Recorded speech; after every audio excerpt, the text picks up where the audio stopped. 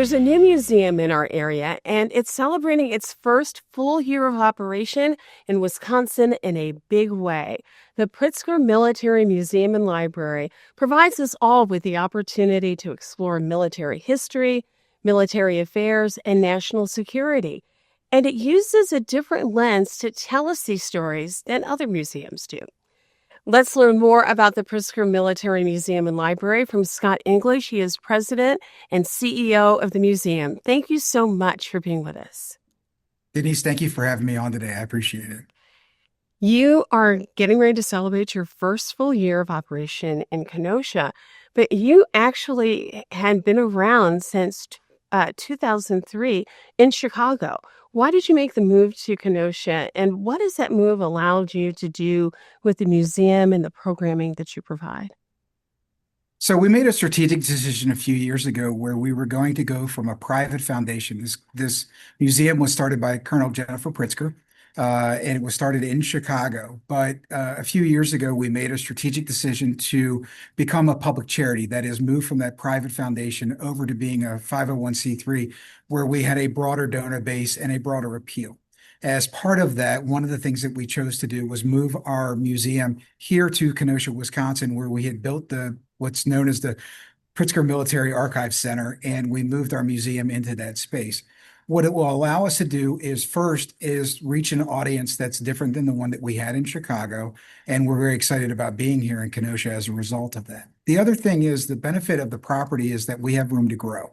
And that's one of our objectives over time, is that we don't want it to just be a museum. We want it to be a full-fledged discussion about what military service means and what that means for future generations. And the way that we think we can accomplish that is by being here in Kenosha and building out that property and building out our reach to a broader audience.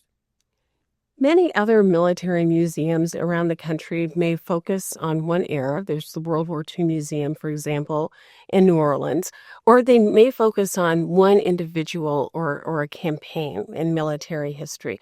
But you really do something that's very different. You take the approach of telling the story of military history by telling it through the citizen soldier. What does that look like? The remarkable thing about the founding of our nation is that we had a volunteer military organization, and that is a tradition that has moved since then. Prior to that in Europe, professional soldiers were the way of the world, and we had we had more of a volunteer service. And as we're celebrating the 250th anniversary of the Army, the Navy, and the Marine Corps, we believe it's very important to recognize those contributions. People who answered the call, who were ordinary people who came from different parts of the world and answered extraordinary calls, and then went back to being teachers or farmers or any other thing for that matter. My father is an example of that, joined the U.S. Marine Corps, ultimately served in the Cuban blockade during 1962, and then went on to live a perfectly non-Marine life, although he was a Marine till the day he died. One of the things that is so interesting is that so many of us now don't always have that kind of direct connection with someone who has served. So is it really important for people to understand that our military history, the folks who have served in our military for over 200 years, have for the most part been everyday people just like us? And I think that's part of a bigger strategic discussion we have to have as a nation about what it means to deploy our troops when we make a call to action. As policymakers think about these things, we need to make sure that you can see disruption in lives, and that can be deploying people, how it interferes with families, how it affects them, both during their time in service and what happens when they return home again. So us being able to capture those stories and be able to share those experiences allows us to have that greater conversation about what it means to use our military in times of war. One thing that's really remarkable about the museum and library is the actual building itself. It is just absolutely phenomenal. What does that allow you to do when people come to the actual museum and library itself? What do they have the opportunity to see and experience? So aside from the exhibits, which we always have some very engaging exhibits here, and we'll be working on building out more of those from our collections and from other places as well, it allows us to give people a unique perspective on a well-designed building designed by Helmut Jahn. And in fact, it was the last building put up before he passed away. So we have a very unique architectural experience here in Kenosha, Wisconsin, that people can come and see. We have as many people come and look at this space because of the architecture of the building as we do about the military history exhibits. So I like to think that we can appeal to many different audiences, and we have a lot to offer people, not just the military history side, but also for them to truly appreciate the architecture of the building itself. People don't have to come to the museum and library facility itself, though. You have some really robust programming that lives online, that lives on your website that people can access. Tell us a little bit about that. So over time, we've been able to create some engaging content with experts from around the country, and that still exists both on our YouTube page, and then for members, we have some restricted access things on our website for people to go and listen to talks about different aspects of military history. As we move forward, now that we've settled into Kenosha, we'll be building more on that content as we move forward and continue to create very engaging discussions and programs for people to be able to learn more about military history, about the citizen soldier experience, and about different aspects and different populations that served in the military. One thing that you're doing too, as you mentioned, an advantage of being at the location where you are now is that you can plan for the future. And you are already planning for the future with a new addition, the Cold War Veterans Memorial. What is the status of that, and what will people be able to experience when it's up and running? So the Cold War Veterans Memorial was originally a concept approved by the PMML board. What is now being decided is that we're going to move that into a separate foundation that will then move forward with building the memorial here. But it will work in partnership with us as time moves forward. So one of the things that we've done is we've added the Cold War experience specifically to what we do here at the PMML. And so as we see the construction of that memorial occur, it's going to take some time to put the financing together, to put the concept together, and then construct it here. What we want is for people to have a reflective experience to truly appreciate the Cold War. What makes it unique in our nation's history is that the Cold War really wasn't a war. It was about preventing it, right? And so many of the calls to action that we've had over time were to make sure that we didn't face off against our Soviet friends and in a nuclear battle. And that is true of the Cuban Missile Crisis that occurred in 1962. And we have a lot of other experiences, whether it was Air Force personnel that flew on bombers coming out of Barksdale Air Force Base in Louisiana that would make the entire mission to the Soviet border and then turn around again. Their sole mission was to be there in the event that something went sideways, and we had a plane in the air to make sure that we could act in the event of an emergency. And the other things that we did were we had people in missile silos that were tracking potential launches that were coming out of the Soviet Union. Again, we dedicated a lot of our military time to preventing war and making sure that we were always vigilant. And I think that story needs to be told. So that's what the memorial will do. And we're very excited to be a part of that storytelling process. You all are really building the Pritzker Military Museum and Library as the place where people can come to get an understanding of military history and citizen soldiers, really from the founding of our country up to the present time. Absolutely. And what's important is we don't just have people coming through the doors who either have a connection to the service, but we have people who've actually served. Recently, we had a World War II veteran come and celebrate his 100th birthday with us and 70 of his best friends. And it was an extreme honor for us to be a part of that and celebrate his service and his life and the legacy that he's going to leave behind one day. But these are great opportunities for us to have soldiers come through to give us their shared experience and in their time in the military, and each one of them is as unique as they are.